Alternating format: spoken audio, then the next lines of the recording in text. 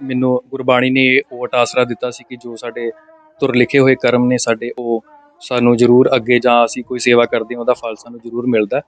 ਤਾਂ ਮੇਰੀ ਮਾਂ ਨੂੰ ਤੇ ਸ਼ੁਰੂ ਤੋਂ ਹੀ ਆਸ ਸੀ, ਕਿਉਂਕਿ ਹੁਣ ਮੈਂ ਉਹਨੂੰ ਮਿਲਿਆ ਤੇ ਸਾਰਾ ਉਹਨਾਂ ਕੋਲ ਬਹਿ ਕੇ ਪੁੱਛਿਆ ਤੇ ਉਹਨਾਂ ਨੂੰ ਸ਼ੁਰੂ ਤੋਂ ਹੀ ਆਸ ਸੀ ਕਿ ਮੇਰਾ ਪੁੱਤ ਕਦੀ ਜਵਾਨ ਹੋ ਕੇ ਮੈਨੂੰ ਮਿਲੇਗਾ। ਬਟ ਮੈਨੂੰ ਇਸ ਚੀਜ਼ ਬਾਰੇ ਪਤਾ ਨਹੀਂ ਸੀ ਕਿਉਂਕਿ ਜਦੋਂ ਮੈਨੂੰ ਪਤਾ ਲੱਗਿਆ ਕਿ ਮੇਰੀ ਮਾਂ ਇਸ ਦੁਨੀਆ ਤੇ ਹੈ, ਤਾਂ ਮੈਨੂੰ ਇਸ ਚੀਜ਼ ਦਾ ਕੋਈ ਅੰਦਾਜ਼ਾ ਨਹੀਂ ਸੀ ਕਿ ਉਹ ਕਿੱਥੇ ਹੈ, ਕਿੱਦਾਂ ਆ, ਜਾਂ ਅਜੇ ਇਸ ਦੁਨੀਆ ਤੇ ਹੈ ਵੀ ਜਾਂ ਨਹੀਂ ਹੈ। ਮੇਰੇ ਅੱਖਾਂ ਅੱਗੇ ਪੂਰਾ ਹਨੇਰਾ ਛਾ ਗਿਆ ਤੇ ਮੈਂ ਕਿਹਾ ਕਿ ਮੈਂ ਉਹ ਬਦਨਸੀਬ ਸੋਨੂੰ ਤੁਹਾਡੇ ਸਾਹਮਣੇ ਖੜਾ ਹਾਂ ਤੇ ਮੈਂ ਆਪਣੀ ਨਾਨੀ ਨੂੰ ਮਿਲਿਆ। ਜੋ ਸੀਨ ਤੁਸੀਂ ਮੇਰੀ ਮਾਂ ਦੇ ਨਾਲ ਫੇਸਬੁੱਕ ਤੇ ਜਾਂ ਜਿਸ ਤਰ੍ਹਾਂ ਸੋਸ਼ਲ ਮੀਡੀਆ ਤੇ ਦੇਖਿਆ ਮਿਲਾਪ ਦਾ, ਸੇਮ ਉਹੀ ਸੀਨ ਜਦੋਂ ਮੈਂ ਆਪਣੀ ਨਾਨੀ ਨੂੰ ਮਿਲਿਆ ਉਸ ਟਾਈਮ ਤੇ ਵੀ ਇਹੀ ਸੀਨ ਕ੍ਰੀਏਟ ਹੋਇਆ ਸੀਗਾ, ਬਹੁਤ ਇਮੋਸ਼ਨਲ ਭਰਿਆ। ਔਰ ਉਸ ਤੋਂ ਬਾਅਦ ਮੈਂ ਆਪਣੇ ਫੈਮਿਲੀ ਬਾਰੇ, ਸਾਰੇ ਨਾਨਕੇ ਪਰਿਵਾਰ ਬਾਰੇ ਪੁੱਛਿਆ ਤਾਂ ਉਹਨਾਂ ਨੇ ਦੱਸਿਆ ਕਿ ਮੇਰੀਆਂ 4 ਮਾਸੀਆਂ ਔਰ ਇੱਕ ਮਾਮਾ ਜੀ ਨੇ। ਤਾਂ ਫਿਰ ਜਦੋਂ ਉਹਨਾਂ ਨੇ ਦੱਸਿਆ, ਮੈਂ ਆਪਣੀ ਮਾਂ ਬਾਰੇ ਪੁੱਛਿਆ ਤੇ ਫਿਰ ਉਹਨਾਂ ਨੇ ਮੇਰੀ ਮਾਂ ਬਾਰੇ ਜ਼ਿਕਰ ਕੀਤਾ ਕਿ ਉਹ ਸਮਾਣਾ ਸ਼ਹਿਰ ਦੇ ਵਿੱਚ ਨੇ, ਆਪਾਂ ਉਹਨਾਂ ਦੀ ਮੈਰਿਜ ਕੀਤੀ ਸੀ ਔਰ ਅੱਗੋਂ ਵੀ ਉਹਨਾਂ ਦੀ ਜ਼ਿੰਦਗੀ ਜਿਹੜੀ ਬਹੁਤ ਦੁੱਖਾਂ ਭਰੀ ਸੀ। ਉਸ ਰਾਤ ਫਿਰ ਮੈਂ ਵਾਪਸ ਆਪਣੇ ਘਰ ਆਏ, ਬਟ ਉਹ ਰਾਤ ਜਿਹੜੀਆਂ 35 ਸਾਲਾਂ ਦੇ ਵਿੱਚ ਉਹ ਜਿਹੜੀ ਰਾਤ ਸੀ, ਉਹ ਮੇਰੀ ਸਭ ਤੋਂ ਲੰਬੀ ਔਰ ਦੁੱਖਾਂ ਭਰੀ ਰਾਤ ਸੀ, ਕਿਉਂਕਿ ਮੈਂ ਆਪਣੀ ਮਾਂ ਨੂੰ ਉਸ ਰੂਪ ਦੇ ਵਿੱਚ ਦੇਖਣਾ ਸੀਗਾ ਜੋ ਮੈਂ ਐਕਸੈਪਟ ਨਹੀਂ ਸੀ ਕੀਤਾ ਕਦੀ ਵੀ। ਮੈਂ ਸੋਚਿਆ ਸੀ ਕਿ ਮੇਰੀ ਮਾਂ ਜਿਹੜੀ ਹੈ ਮੈਨੂੰ ਕਦੀ ਮਿਲੇਗੀ, ਬਟ ਉਹ ਇਸ ਕੰਡੀਸ਼ਨ ਦੇ ਵਿੱਚ ਸੀ ਕਿ ਉਹ ਦੁੱਖਾਂ ਭਰੇ ਹਾਲਾਤ ਦੇ ਵਿੱਚ ਉਹਦੀ ਲੱਤ ਵੀ ਜਿਹੜੀ ਉਹ ਟੁੱਟ ਚੁੱਕੀ ਸੀ। ਔਰ ਮੈਂ ਆਪਣੀ ਮਾਂ ਨੂੰ ਜਿਹੜਾ ਅਗਲੇ ਦਿਨ ਜਾ ਕੇ ਜਦੋਂ ਮਿਲਿਆ, ਉਹ ਸਾਰਾ ਸੀਨ ਤੁਸੀਂ ਜਿਹੜਾ ਫੇਸਬੁੱਕ ਤੇ ਦੇਖ ਲਿਆ ਜੀ।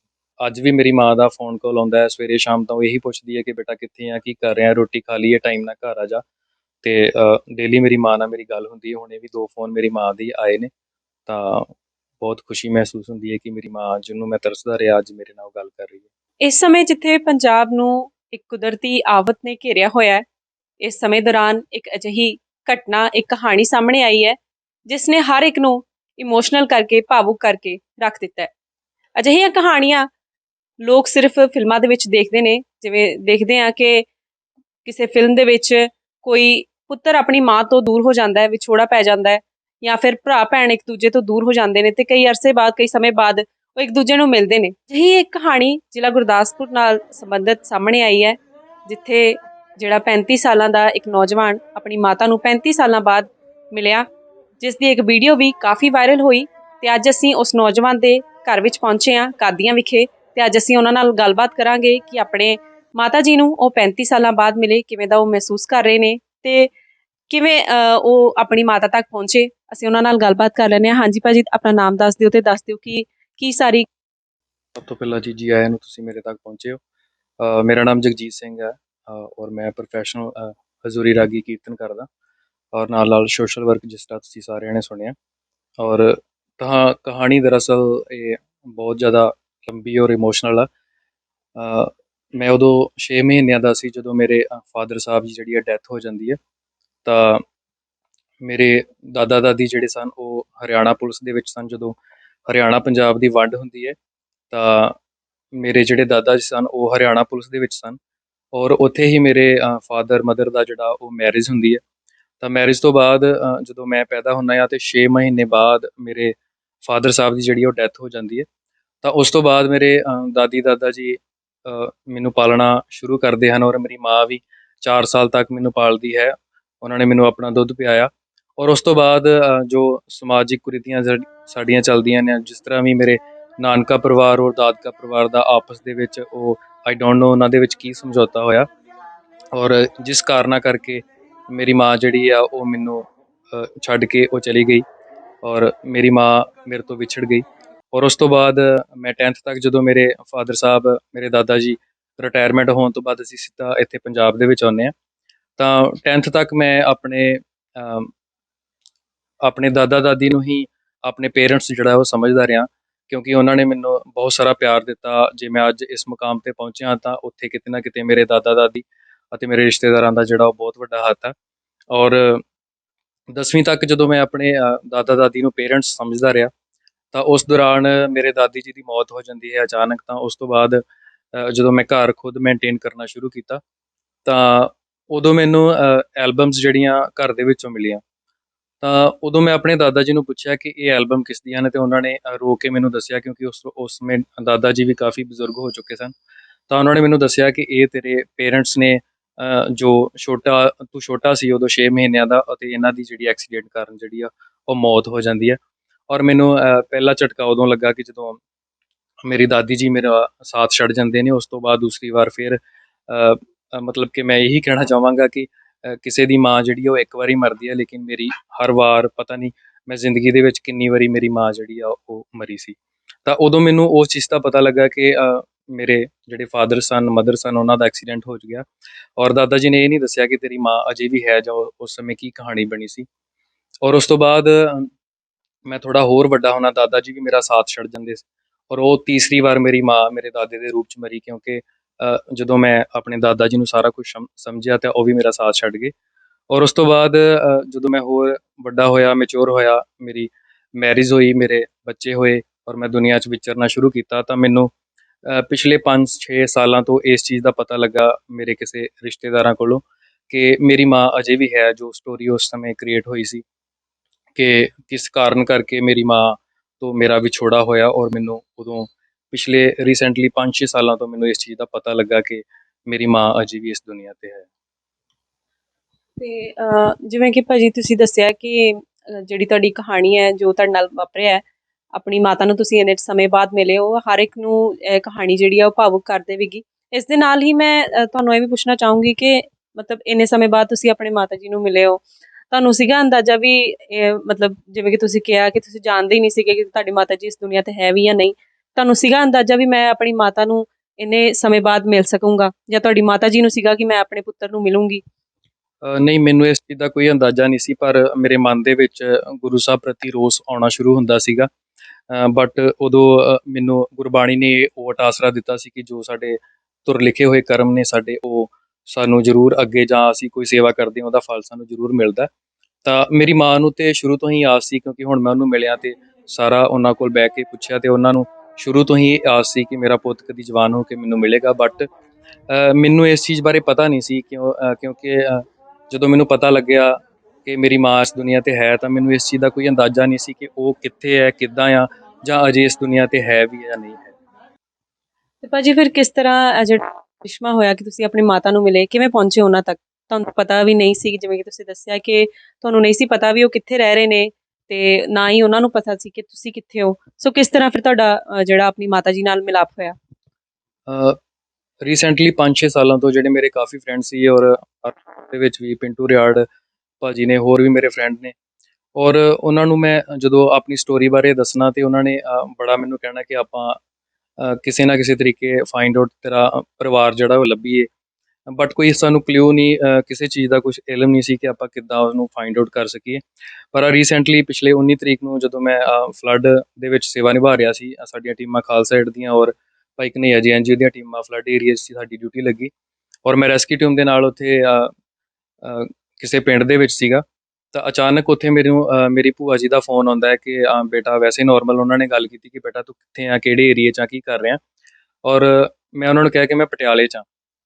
ਤਾਂ ਅਚਾਨਕ ਅੱਜ ਤੱਕ ਮੇਰੀ ਭੂਆ ਜੀ ਨੂੰ ਸ਼ਾਇਦ ਕਿਤੇ ਨਾ ਕਿਤੇ ਕੁਝ ਪਤਾ ਸੀਗਾ, ਬਟ ਉਹ ਵੀ ਉਦੋਂ ਪੂਰੀ ਕਹਾਣੀ ਉਹਨਾਂ ਨੂੰ ਯਾਦ। ਬਟ ਉਹਨਾਂ ਨੇ ਮੈਨੂੰ ਕਿਹਾ ਕਿ ਸ਼ਾਇਦ ਤੇਰੇ ਨਾਨਕੇ ਜਿਹੜੇ ਨੇ ਉਹ ਪਟਿਆਲੇ ਏਰੀਏ 'ਚ ਆ।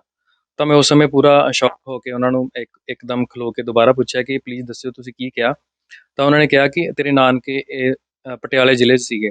ਤਾਂ ਮੈਂ ਉਹਨਾਂ ਨੂੰ ਪੁੱਛਿਆ ਕਿ ਪਲੀਜ਼ ਤੁਸੀਂ ਪਿੰਡ ਦਾ ਨਾਮ ਕੁਝ ਦੱਸ ਸਕਦੇ ਹੋ ਜੇ ਤੁਹਾਨੂੰ ਪਤਾ ਹੋਵੇ? ਤਾਂ ਭੂਆ ਜੀ ਕੋ ਅੱਜ 35 ਸਾਲ ਤੱਕ ਮੈਂ ਅੱਜ ਤੱਕ ਉਸ ਪਿੰਡ ਦਾ ਨਾਮ ਨਹੀਂ ਸੁਣਿਆ, ਤੇ ਗੁਰੂ ਸਾਹਿਬ ਨੇ ਉਹਨਾਂ ਦੇ ਮੂੰਹ ਚੋਂ ਨਿਕਲਵਾਇਆ ਕਿ ਸ਼ਾਇਦ ਬੋਹੜਪੁਰ ਜਾਂ ਬੋਧਪੁਰ, ਇਸ ਤਰ੍ਹਾਂ ਉਹਨਾਂ ਨੇ ਦੋ ਕੁ ਨਾਮ ਮਿਕਸ ਕਰਕੇ ਮੈਨੂੰ ਦੱਸਿਆ। ਬਟ ਮੇਰੇ ਨਾਲ ਜਿਹੜੇ ਮੇਰੇ ਫਰੈਂਡ ਸੀਗੇ, ਉਹਨਾਂ ਨੂੰ ਜਦੋਂ ਮੈਂ ਉਹਨਾਂ ਨਾਲ ਗੱਲ ਕੀਤੀ ਤਾਂ ਉਹਨਾਂ ਨੇ ਕਿਹਾ ਕਿ ਹਾਂ ਭਾਜੀ, ਜਿੱਥੇ ਆਪਾਂ ਖੜੇ ਹਾਂ ਇੱਥੋਂ 10 ਕਿਲੋਮੀਟਰ ਦੀ ਦੂਰੀ ਤੇ ਪਿੰਡ ਬੋਹੜਪੁਰ ਆ। ਤਾਂ ਮੈਂ ਕਿਤੇ ਨਾ ਕਿਤੇ ਬਹੁਤ ਖੁਸ਼ ਹੋਇਆ ਕਿ ਸ਼ਾਇਦ ਅੱਜ ਆਪਾਂ ਉਸ ਮੰਜ਼ਿਲ ਤੱਕ ਪਹੁੰਚਾਂਗੇ।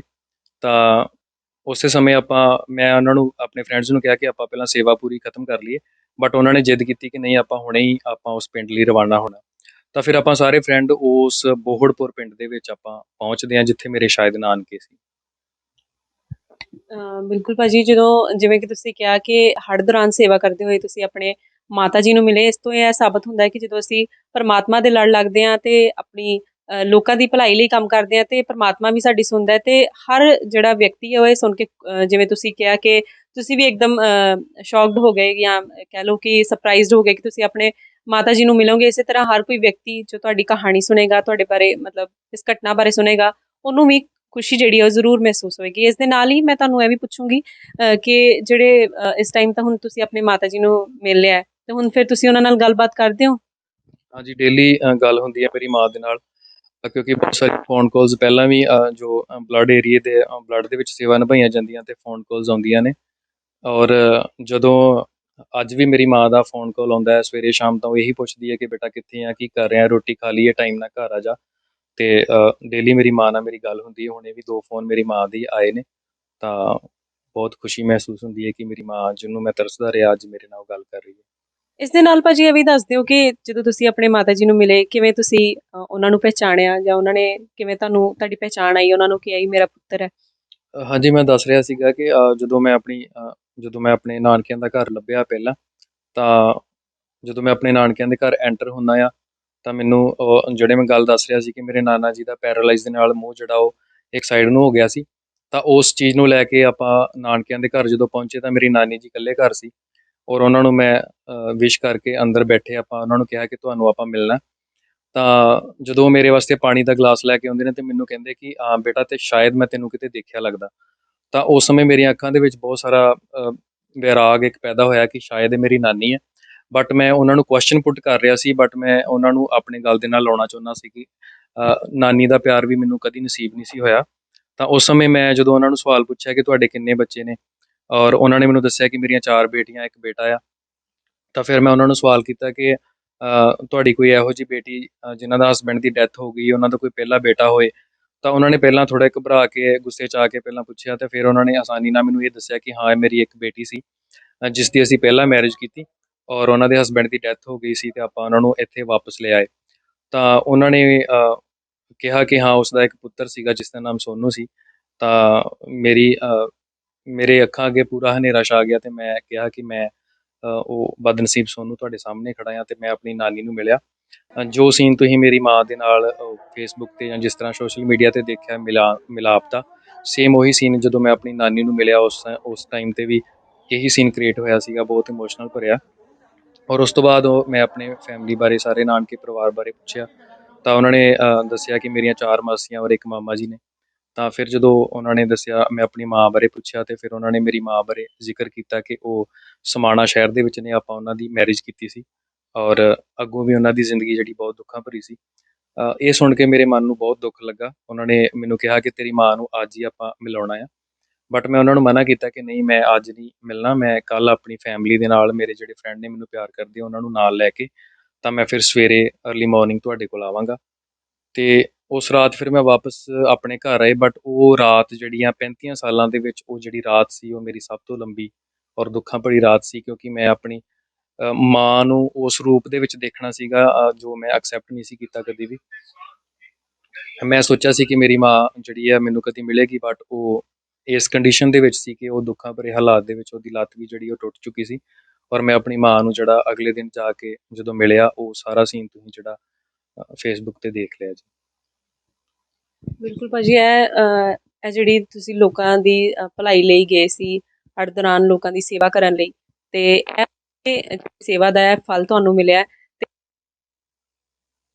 ਪਰਮਾਤਮਾ ਨੂੰ ਕਾਫੀ ਮੰਨਦੇ ਹੋ, ਤੇ ਜਿਹੜੇ ਤੁਸੀਂ ਅੱਜ ਦੀ ਨੌਜਵਾਨ ਪੀੜ੍ਹੀ ਨੂੰ ਕੀ ਅਪੀਲ ਕਰਨਾ ਚਾਹੋਗੇ, ਕੀ ਸੰਦੇਸ਼ ਦੇਣਾ ਚਾਹੋਗੇ? ਬਿਲਕੁਲ ਜੀ, ਮੈਂ ਆਪਣੀ ਲਾਈਫ 'ਚ ਜਦੋਂ ਸੇਵਾ ਦਾ ਕੰਮ ਸ਼ੁਰੂ ਕੀਤਾ, ਮੈਂ ਜਦੋਂ ਸੇਵਾ ਦੀ ਲਾਈਨ 'ਚ ਪਿਆ ਵਾਂ, ਮੇਰੀ ਜ਼ਿੰਦਗੀ ਦੀ ਇੱਕ ਬਹੁਤ ਵੱਡੀ ਘਟਨਾ ਉਦੋਂ ਵਾਪਰੀ ਸੀ ਜਦੋਂ ਮੈਂ ਸੇਵਾ ਦੇ ਵਿੱਚ ਆਇਆ, ਔਰ ਉਹ ਮੈਂ ਸ਼ਾਰਟ ਦੇ ਵਿੱਚ ਤੁਹਾਨੂੰ ਦੱਸਣੀ ਚਾਹਾਂਗਾ ਕਿ ਉਦੋਂ ਮੈਂ ਅੱਜ ਤੋਂ 15 ਸਾਲ ਪਹਿਲਾਂ ਦੀ ਗੱਲ ਹੈ, ਔਰ ਮੈਂ ਰੋਡ 'ਤੇ ਜਾ ਰਿਹਾ ਸੀ, ਕਿਸੇ ਲੇਡੀਜ਼ ਦਾ, ਭੈਣ ਦਾ ਐਕਸੀਡੈਂਟ ਹੋ ਜਾਂਦਾ, ਔਰ ਉਹ ਰੋਡ ਦੇ ਉੱਤੇ ਉਹਦੇ ਬਲੀਡਿੰਗ ਹੋ ਰਹੀ ਸੀ ਫੇਸ ਦੇ, ਤੇ ਉਹ ਲੇਟੀ ਪਈ ਸੀ, ਕੋਈ ਉਸ ਨੂੰ ਚੁੱਕ ਨਹੀਂ ਸੀ ਰਿਹਾ। ਤਾਂ ਮੈਂ ਅਚਾਨਕ ਦੇਖਿਆ, ਔਰ ਉਹਨਾਂ ਨੂੰ ਚੁੱਕ ਕੇ ਹੌਸਪੀਟਲ ਦੇ ਵਿੱਚ ਖੜਿਆ, ਔਰ ਉਹਨਾਂ ਨੇ, ਡਾਕਟਰ ਜਿਹੜੇ ਸਾਡੇ ਕਾਦੀਆਂ ਦੇ ਸੀ, ਉਹਨਾਂ ਨੇ ਫਸਟ ਏਡ ਕੀਤਾ, ਔਰ ਉਹਨਾਂ ਨੇ ਕਿਹਾ ਕਿ ਇਹਨਾਂ ਨੂੰ ਅੰਮ੍ਰਿਤਸਰ ਰੈਫਰ ਕਰਨਾ ਪਏਗਾ। ਔਰ ਮੈਂ ਇਕੱਲਾ ਹੀ, ਮੇਰੀ ਨਵੀਂ ਮੈਰਿਜ ਵੀ ਉਦੋਂ ਹੋਈ ਸੀ, ਔਰ ਮੈਂ ਘਰ ਕੁਝ ਨਹੀਂ ਦੱਸਿਆ। ਉਸ ਲੇਡੀਜ਼ ਨੂੰ ਲੈ ਕੇ ਐਂਬੂਲੈਂਸ ਦੇ ਵਿੱਚ ਮੈਂ ਜਦੋਂ ਰਸਤੇ 'ਚ ਗਿਆ, ਤਾਂ ਅਚਾਨਕ ਉਸ ਲੇਡੀ ਨੇ ਮੇਰਾ ਹੱਥ ਫੜ ਕੇ ਔਰ ਮੈਨੂੰ ਪੁੱਛਿਆ ਕਿ ਮੇਰਾ ਬੇਟਾ ਕਿੱਥੇ ਆ, ਔਰ ਉਹਦਾ ਬੇਟਾ ਬਿਲਕੁਲ ਸਹੀ ਸੀਗਾ, ਔਰ ਉਦੋਂ ਉਹਨਾਂ ਨੇ ਖੂਨ ਦੀ ਉਲਟੀ ਮੇਰੇ ਉੱਪਰ ਕੀਤੀ, ਔਰ ਉਸ ਤੋਂ ਬਾਅਦ ਉਹ ਬੇਹੋਸ਼ ਹੋ ਗਏ।